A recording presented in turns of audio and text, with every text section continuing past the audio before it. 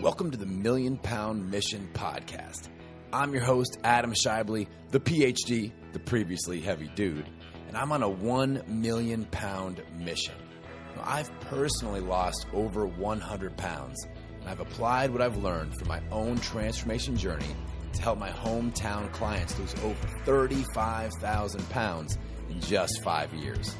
Now I'm on a mission to produce over 1 million pounds of results by delivering my best weekly tips, motivation, inspirational stories, and transformation strategies so that you can gain clarity about what you need to do to reach your goals and give you the confidence to take action. And the perfect time to start taking action is right now. So let's do this. All right, my friends, welcome to another episode of the Million Pound Mission Podcast. It's your buddy Adam, the PhD, the previously heavy dude. How's it going out there in podcast land? I'm psyched about this one. It's episode 72. Be Well, Be Keto with Tracee Gluhaich. We really bring the info in this one. And before we dive into it, I want to give one of you a quick shout out for being our iTunes review of the week. And this week it comes from Melissa. Here's what Melissa has to say. I love this show. Adam's unique viewpoint and powerful, positive coaching method keeps me coming back to this show week after week. Melissa, thank you so much for taking the time to leave that review and support the Million Pound Mission. You guys can support the mission by leaving a review. You can share this episode out, and you can be sure to hit that subscribe button so that you never miss an episode. And you never know, you could become podcast famous, just like Melissa this week with her iTunes review of the week. I also want you guys to check out our sponsor this week, TryAboutTime.com. TryAboutTime.com is my go-to source for clean protein supplements. When I get my protein powder on, I go to TryAboutTime.com. I love it because you can look at the back. There's only 4 to 5 ingredients. You understand what the ingredients are. It's all clean, gluten-free nutrition. And like I said, you can read the label and understand what you're putting inside your body. So go to www.TryAboutTime.com. Be sure to enter the promo code TRANSFORMATIONCOACH and save 25%.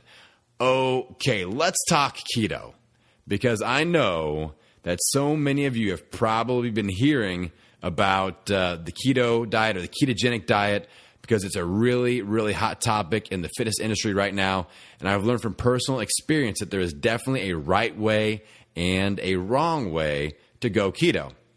And with this episode, I'm bringing in the high-energy girl herself, Tracee Gluhaich. And Tracee is an integrative health coach, a personal trainer, a mom, and the host of the Be Well, Be Keto podcast. And she's here to help make sure that we understand the right way to go keto. So today, we're going to hit a few key topics. Number one, we're going to talk about what initially attracted Tracee to the ketogenic diet and what motivated her to learn more and dive a little bit deeper. We also talk about some of the benefits that she's seen both for herself and others that she has interviewed for her podcast. She gives out several helpful books and resources that we're going to need to get started with keto. And probably the most helpful part is towards the end, we talk about common keto mistakes that we need to be sure to avoid. All right, I know you guys have been anxious for me to do an episode on keto, and here you go. I brought in the big guns, the expert on keto, being well, be keto, with Tracee Gluhaich. All right, my friends, welcome to another episode of the Million Pound Mission Podcast. It's your buddy Adam, the PhD, the previously heavy dude. We are here, ready to rock. I've got another high energy episode, and I'm bringing the high energy girl onto the show. My new friend, my fellow podcasting buddy, Tracee Gluhaich is here with us, and she's going to talk to us about keto. I get so many questions about the ketogenic diet and the benefits and how to pull it off and where to start. So I wanted to bring an expert on here. She's the host of the Be Well, Be Keto podcast, which you guys should all check out. And I'm going to bring her on here. We're going to tell her story, how she found keto, and we're going to unleash her knowledge upon you. So, Tracee, welcome to the Million Pound Mission Podcast. Thank you, Adam. I'm happy to be here. Super excited. All right. All right. So I wanted to kind of introduce you to my audience a little bit. And I've listened to your show, and I know that you had mentioned how you found keto by, correct me if I'm wrong, but it was kind of just doing some research based off of, I think it was your mother that was having some health issues and you wanted to try to help her out a little bit. Is that correct? Or could you kind of fill in the blanks on that story a little bit about how you found keto? No, you're absolutely right. I was looking for nutritional protocols to help my mom, who just got diagnosed with both Alzheimer's and Hashimoto's. And I ran into keto, and before I would have never in a million years agreed with this nutritional approach, but I seriously studied it very, very in depth for a long time. And I was convinced that this is not only the best avenue for my mom, but it's the way I want to live as well. That's I talk about all the time on our show about finding your why, whether it's starting a business or starting to lose weight or, changing modes with your health and your nutrition like you did. So it sounds like you found a really strong why with helping your mom out. And anytime that happens, we know that we're driven to achieve a goal. So how have things gone with your own keto journey? What have you kind of learned so far, and how are things impacting your own health and that of your mom and your family? That's a really good question, because I do feel that a lot of people follow more of a cookie cutter keto approach. And for my own personal journey is that I got started on keto. It's really pretty simple for me to eat this way because I like that type of food anyhow. But I wasn't getting the results that I felt that I should have gotten. And so I ended up doing a food sensitivity test where I got 95 different foods tested to see which, I shouldn't be eating. And most of my favorite foods were on that list. And I'm like, oh, great. So once I eliminated those foods and started really working hard on healing my gut with probiotics and fermented foods and enzymes and actually really chewing slower and not being in such a rush at mealtime, then I started having the results that I expected. So I kind of got started and then had to back up a little bit. And so that's where I'm at now. And I can appreciate that because, I deal with a lot of people doing a variety of nutrition plans in my coaching programs. And I appreciate the fact that you decided to just research the situation a little bit more, and you didn't automatically go, well, this obviously doesn't work for me. You decided to kind of look at other avenues as you knew that the right things were happening, but there was just something that wasn't quite right. So you dug a little bit deeper and you found those food sensitivities. So I applaud that for sure. I think that's awesome. I'm glad that you're getting your traction with the plan and feeling good with it now. I think we may have skipped a step. I know that I have a lot of people that are unfamiliar with the keto plan. How would you describe the ketogenic diet to somebody that is totally brand new, or what would a day of ketogenic eating look like for you? Well, for me, I'm kind of more advanced, so it's a little different. But traditionally, a ketogenic diet is a high-fat, moderate-protein, low-carb approach. And the thing that I really like to explain, the biggest deal with it is you become a fat burner instead of a carb burner. So carbs convert to glucose, which convert to glycogen, which most people burn for energy.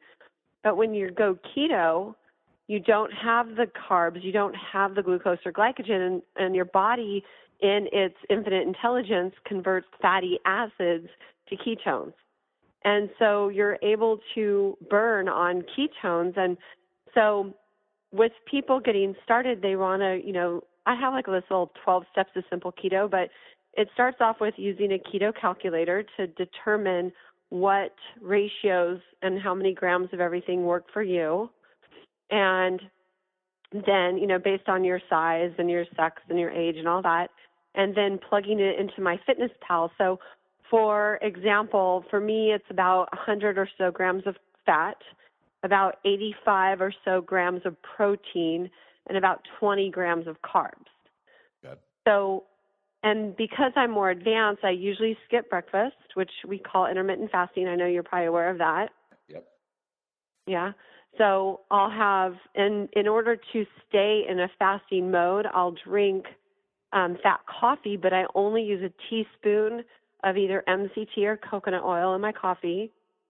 And then I don't eat usually until lunch, but I'm truly not hungry, and I work out at 5:30 in the morning. So during that workout, I'm just burning fat instead of, the stored glycogen. Cool. Now, so with your, just as a side question, what's your window look like with your intermittent fasting? How's that rotation look like for you? Well, last night, I had dinner probably around 7, and then I'll probably eat today, probably around 1. I'm not really strong. I don't have a set schedule because I just try to be more intuitive and listen to my body, what it needs, because some days I'll be hungry for breakfast. Okay. And I don't intermittent fast every day because I feel like with women especially and our hormones, it's better to just not fast every day. So I probably do 4 or 5 days a week.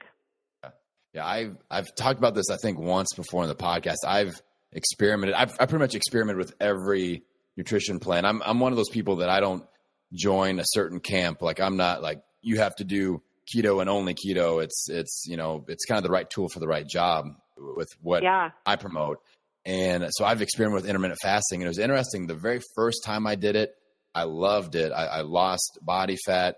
It went really well for me. And then I tried it again about a year ago, and it felt like digestively, it just didn't work for me because I'm still, I've lost over 100 pounds, but I still weigh 225 pounds. I burn a lot of calories. I need a lot to fuel that body. And I was having a hard time squeezing all those calories into my 8-hour window. And I was just like, man, I just feel stuffed and bloated and not good. So I wasn't trying to lose weight anymore. So it's just interesting to see how those things change with our bodies. And I'm sure I could, dial a few things in and change it around a little bit and still see some different results once I try it again. I probably will down the road. But it's so interesting how the human body works with different modes. And one of the cool things that I like about your show is that you are showing different types of results from the ketogenic diet, from weight loss to, I know you've got people that are seeing a huge difference with their energy levels. And, I listened to one interview with a woman that does bodybuilding and does marathons and does fasted marathons and all this stuff. So maybe talk a little bit about the people that you've interviewed and some of the different types of results that people are seeing from the ketogenic diet. Okay, that actually is a good question. Now, I haven't interviewed. So far in my interviews, I've interviewed people that have stopped their epilepsy, so they don't have seizures anymore, which is, clearly life-changing. I've interviewed a lot of people that have lost weight because, to me, a lot of people go keto for the health benefits, but they go there for the weight loss, but they stay for the health benefits. Yeah. So I have people with depression, eating disorders, athletic performance enhancement, and the other things that I have people in the queue, PCOS, polycystic ovarian syndrome, which is the biggest cause of infertility, cancer. So the reason that I ended up deciding to go keto for me is because I was doing all my research and trying to really believe in it because I wanted to, but I didn't. And I don't know if you know who Ty Bollinger is. He's you know him? Yeah, I know who that is, yeah. Okay. So on his blog, which I was reading his blog just accidentally, he was promoting the keto diet. And I was like, wow, if all the stuff that he knows after, all the research about cancer and he's doing it, then I'm going to do it. Yeah. So that was kind of, my decision. But then I also went to KetoCon in September in Austin, Texas, where it was 3 days of PhDs, doctors, really highly, a lot of science. And there was people who had bipolar disorder and I'm trying to think what else. Oh, Parkinson's disease, multiple sclerosis, Alzheimer's, so many different conditions. And I was like, wow, this is, it just blew my mind. It rocked my world truly. So with all of those people that you just mentioned and the things that you absorbed from that conference, what was kind of the underlying principle that seemed to pop out with all those experts saying this is why people are getting the results? Was it just because of the absence of sugar from the diet, or the absence of all those insulin spikes, or what was kind of the magic bullet that maybe they kept bringing up, or that kept on popping up for you as to why people are getting these types of results from the keto plan? Insulin was a big one. Food quality, I believe, is a big one. You know, with keto and paleo and all that, we're really into the food quality, you know, the grass-fed and, you know, trying to stay away from the herbicides and pesticides and just all of the chemical exposure. So, and there's different ways to do keto as well. You know, some people rely on a lot of, you know, other foods, but I was noticing that these people at this conference were very much into food quality, and more fat, the better. So there's some people in the keto community that don't believe in the high fat, but for therapeutic purposes, you definitely want the higher fat. One of the gals that was there she actually showed her PET scans she had cancer, and in her breast and in her uterus, she showed the colors. The more fat she ate, the more the fat cells in her body released the estrogen, and she healed her body, which was very, very interesting. That is super interesting. So what? There's so many different ways we can go.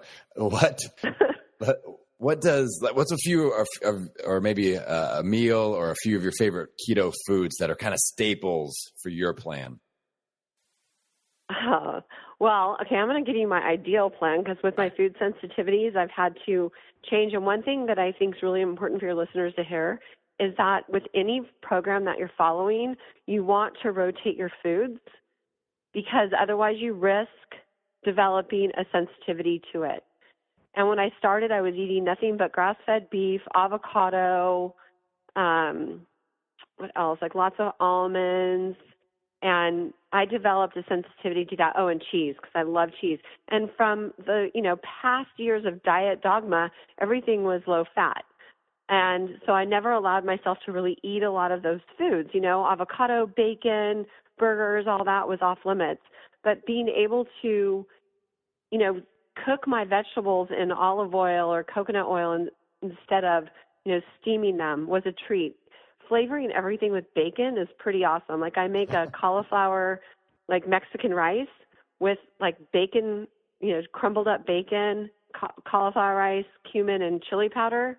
That's nice. Awesome.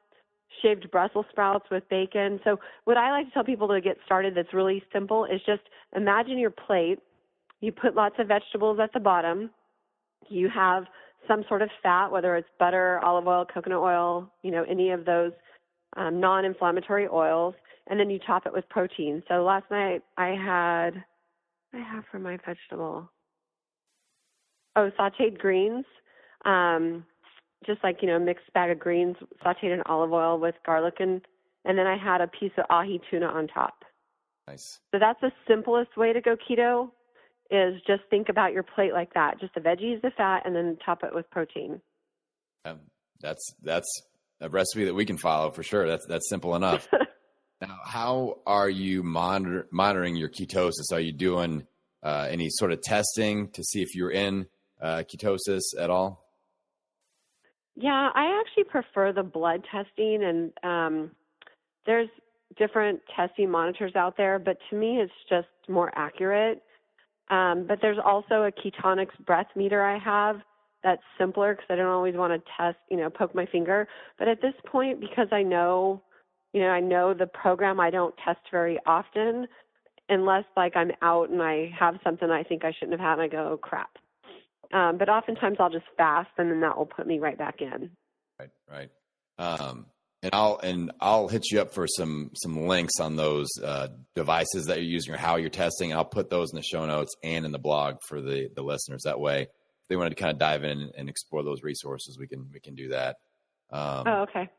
Now, what about exogenous ketones? Is this something that you've experimented with at all, or anything that you have tried before along that route?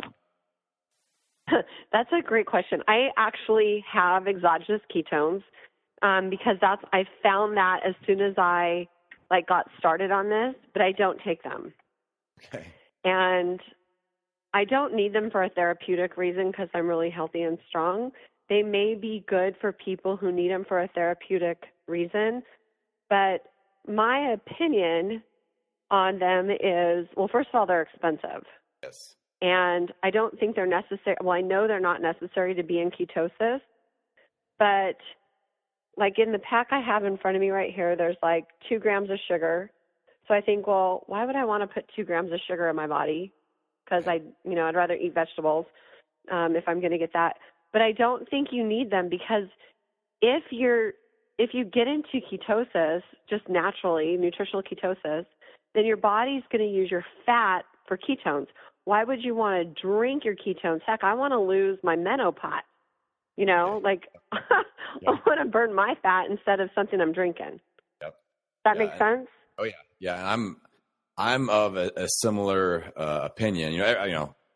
This show isn't about arguing who's right and who's wrong, but I'm really, I think along the same lines as you. And I've warned people in the past, like if you're going to try a keto diet and the person or the program leads with a supplement, I would avoid it. Like that's, if they're like, you have to take this product every day to do our program, then I would avoid it and look for something that's more food-based, which is what Tracee's talking about. So that is something that, we're definitely in alignment with that. And, not saying, like you said, the ketones could come in handy for people that are really, having a hard time with it or getting the keto flu and things like that, and kind of as a transitioner into more of the food-based plan. But, that's something that I always try to, safeguard people against, just depending on that. I don't think that's a good idea. So cool. We are. Yeah. And then, some people, Adam, some people need them for like if they have Alzheimer's, they need that extra boost, or maybe like an epileptic or somebody who uses this for therapeutic reasons, they may need it for a boost. But there's so many different types out there that I would test and see which ones, feel better in your body. There's ketone esters and ketone salts, and, there's all kinds of different things. So for the therapeutic reason, it may help. Like I know like the Navy SEALs use it to help with their performance in the field. But just a regular person who wants to like be healthy and, maybe lose some weight, I don't think it's really necessary. For the keto flu, what I recommend is in the morning, what I do is I get up and, it depends on their athleticism, but I think that they just need to take more salt in. I drink a teaspoon every morning with lemon. And then you can have the light salt, which has your potassium, also spinach and avocado are good for that. And then I take magnesium at bedtime to help me sleep. And so those 3 electrolytes are really good for preventing the keto flu. There you go. Cool. That's just another super helpful tip from our girl, Tracee. I told you guys, but we were bringing the knowledge today. So one of the things I'm most excited about with keto is all the research coming out with keto and cancer. So cancer treatment and things. And I think, correct me if I'm wrong, I believe in one of your podcasts, you mentioned how you had heard the interview on the Tim Ferriss show with Dom D'Agostino. Is that correct? Yes. It was like 3 hours. Yeah. So I will link to that in the show notes, but Dr. Dom is amazing. And I've actually got a connection down there at his gym. I may be able to get him on the show. So Tracee and I will freak out together if I make this happen. But it's like a 3-hour interview on the Tim Ferriss show. He dives deep on his cancer research with the keto diet, and it's unbelievable. Tracee, maybe you could kind of elaborate a little bit on what people are seeing with that are going through chemo, that are going through cancer treatment, and how they're applying the keto diet. So what we learned from that interview with Dr. Dom, what'd you take away from that? I took away a couple things. Number one is I would never give anybody medical advice. I'm not a doctor. They have to listen to their doctors. But I think that Dr. Dom has said things like, this can go in conjunction with your traditional treatment to give you better nutritional support. But with that said, that little disclaimer, this is what makes the most sense to me. When you get a PET scan for your body to look at cancer, what do they inject you with? The glucose solution, because the cancer pulls the glucose to the tumor quickly. It just calls it and pulls it, and then it lights up on the radiograph. So in my mind, I'm thinking, well, clearly these cancer tumors love sugar. I mean, we know that they're, sugar feeders. So if we get rid of the sugar, then they don't have anything to feed off of. And I've heard Dr. Dom say that the 4-step protocol, okay, let me see if I can remember this, is a keto diet, intermittent fasting, hyperbaric oxygen, and he is a proponent for this therapy for exogenous ketones. So those are the 4 steps he has recommended for a cancer protocol.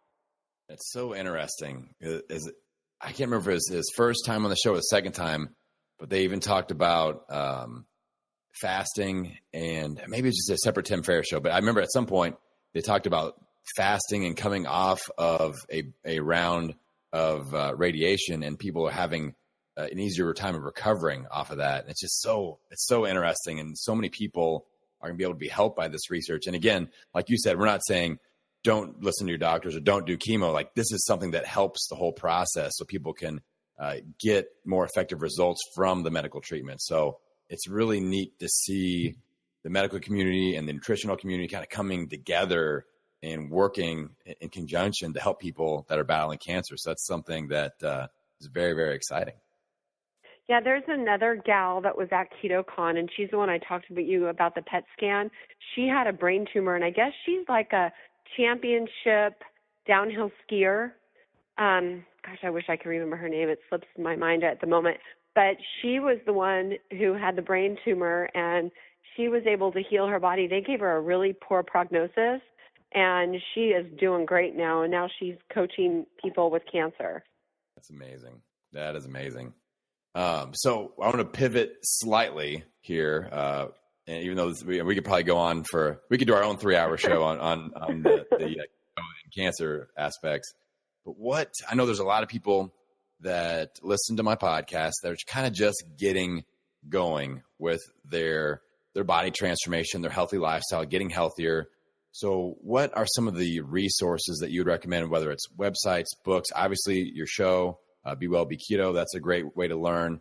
I'll link to the interview on the Tim Ferriss Show with Dr. Dom. But what else? Like, what other books, websites, blogs would you recommend to somebody that's just kind of diving into this whole keto thing and wanting to learn a little bit more so they could get started? Wow, there's a lot. I like Maria Emmerich and the Keto Evangelist. I love the Ketogenic Athlete. And, of course, there's Jimmy Moore's Keto Clarity book. Oh, that's a great book. Keto Clarity is a really, really good book because there's a lot of doctors that are quoted in that book. And I have a quick 12 steps to keto on my Facebook page. And that's just super simple because I find when I first started, all the different recipes, all the fancy recipes got me just overwhelmed. But those are the big leaders, I think, in the community. Oh, Leanne, hers is Health for Pursuit. She's got a good one. The Keto Diet podcast is good.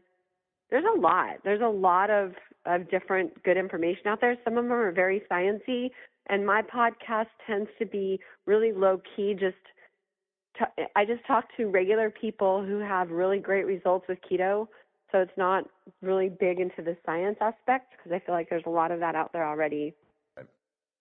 Yeah, I like your show because it's about inspirational stories, and I do the same thing where we kind of have to light the fire first, and then we dive deeper and we dive into those other resources to get the game plan going. So yeah, I can totally respect that. So what I'll do is for all you guys that are listening in, I'll make a list of some of the top resources that Tracee's recommended, put them in the show notes, put them in the blog. That way you guys can sort through them. I'm sure she may have a couple other pop up in her head that she may want to toss out there to you as well. And I'll make sure I link to her Facebook page and of course her podcast. So that way you guys can follow up with her and stay tuned to her show and everything else. So let's make this the last couple of questions here, Tracee. I want to be respectful of your time, but what would be some mistakes that you feel like people are making with keto as they get started? Where are people tending to mess this thing up? Well, one is their mindset and complaining that it's too hard, because that makes me crazy. It's like, it's not too hard. It's harder to be sick and overweight and unhealthy than it is to, take on your life, So mindset is always really, really important. And the other thing I think that people do is they get stuck in eating too many nuts. You can overeat nuts very, very easily. I think nuts are a problem.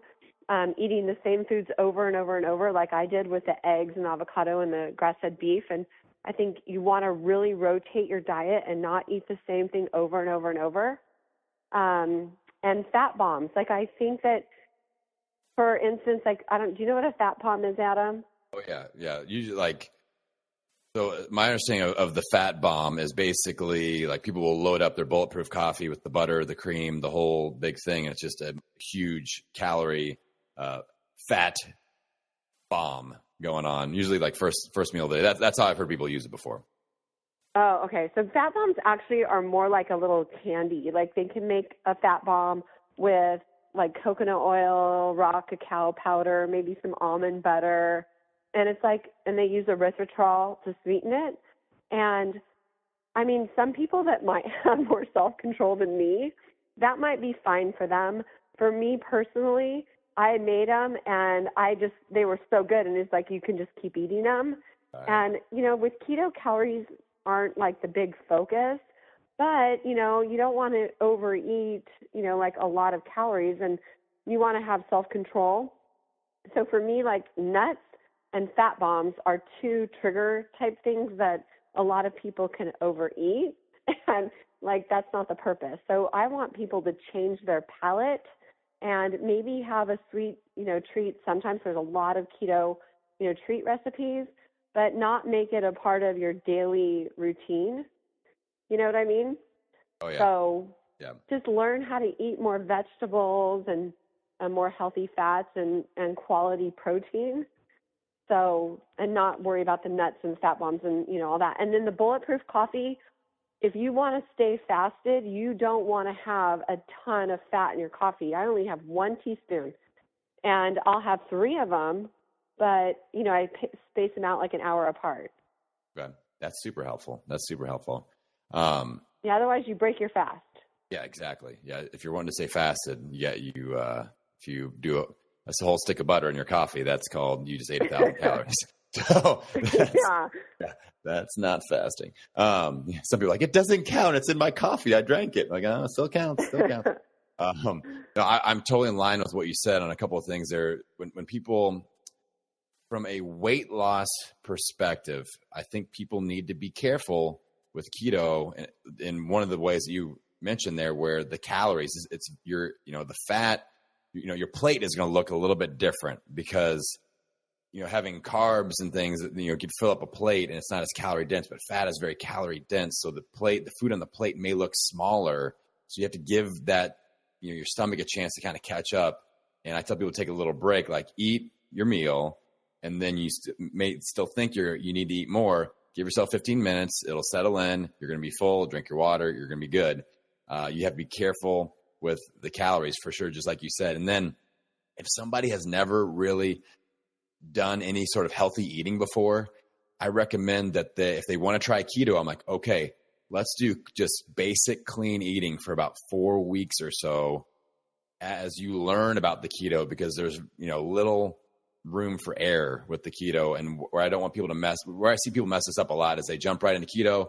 They cheat on it all the time. It's the ketogenic diet.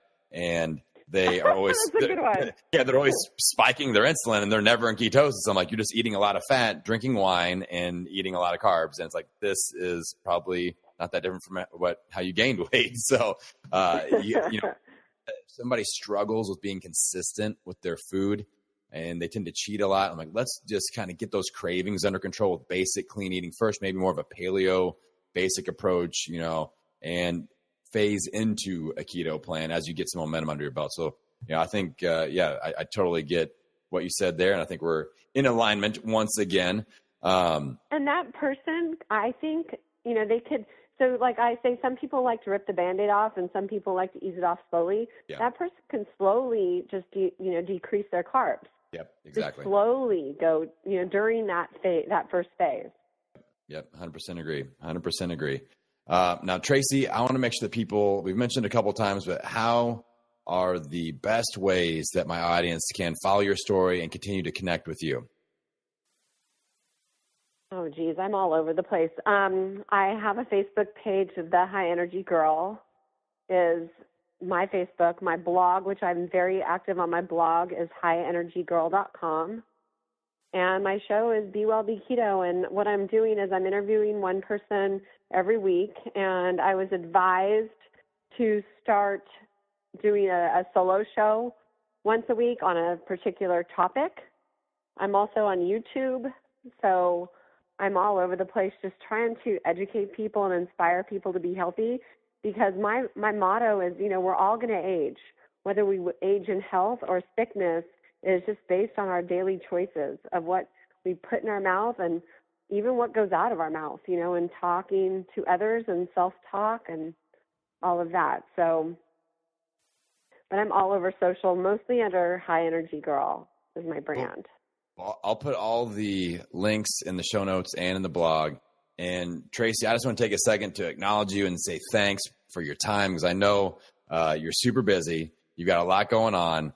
And I just really love connecting with fellow podcasters that have that inspiration and that fire within and that mission, where I feel like we're kind of kindred spirits, where I talk a lot about in health and fitness, there are camps that form where, my way is the only way and it's the best way and everyone else is dumb. And I prefer to more think that people like you and I are on the same side of the battle line and we're fighting the same fight and we're helping people towards a common goal. So I love it when I can connect with people like you, that we just share that common energy, and we are here to share our information with our, you can come on my show and expose our audience, everybody, and support the mission that we're all on together and help them out. So I just want to acknowledge you for taking the time to support the Million Pound Mission. We sincerely appreciate you, my girl.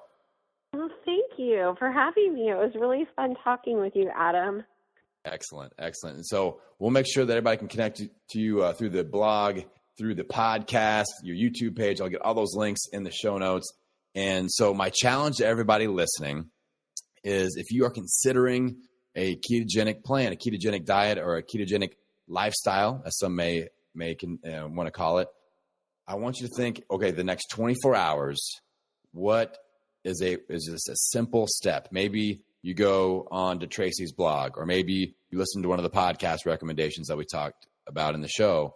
What's one simple step that you can do just to learn a little bit more and see if it's the right thing for you? All right, that's my challenge for you.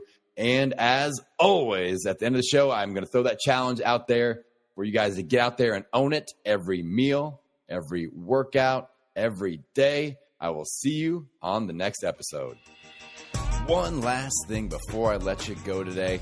So many of you have been contacting me about taking action. Where's the best place to start? What program should I be on? So I went into the Transformation Lab and I created something new. It's my Transformed Academy, and registration is officially and finally open. All right, I'm loading up all of my best workout protocols, all the follow-along workouts that you love, and developing more every month. I'm loading up all my best nutrition programs of all types. As I talk about, you need the right tool for the job, whether that's paleo, low carb, high carb, carb cycling, clean eating, keto, whatever. We've got the right tool, and we're going to teach you how to use that tool. Then we also have accountability groups, coaching calls with me, and so much more. The best part is the information never gets stale because I add new programs every 90 days. And the even better part, you're going to freak out when you see the price. Head on over to www.transformationcoach.me and check out the Transformed Academy.